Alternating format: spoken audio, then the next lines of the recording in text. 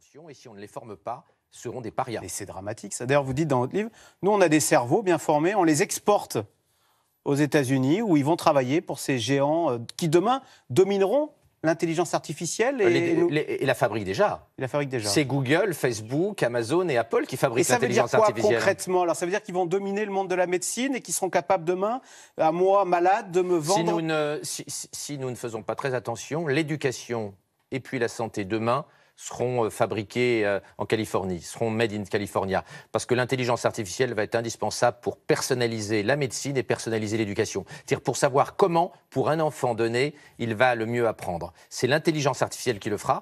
Mais moi, je ne crois pas à une intelligence artificielle hostile à court terme. En revanche, je pense qu'il y a un vrai problème social et éducatif. C'est-à-dire qu'il faut qu'on forme nos enfants à résister à la révolution de l'intelligence artificielle. Or, aujourd'hui, l'éducation est à côté de la plaque. Alors, c'est-à-dire alors?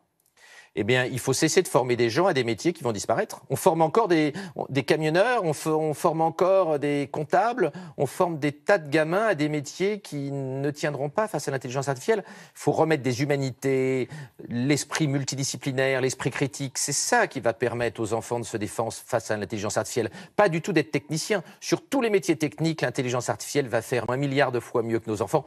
Il faut développer l'esprit critique, faire lire nos enfants, leur apprendre la philo, l'histoire. L'esprit critique est fondamental.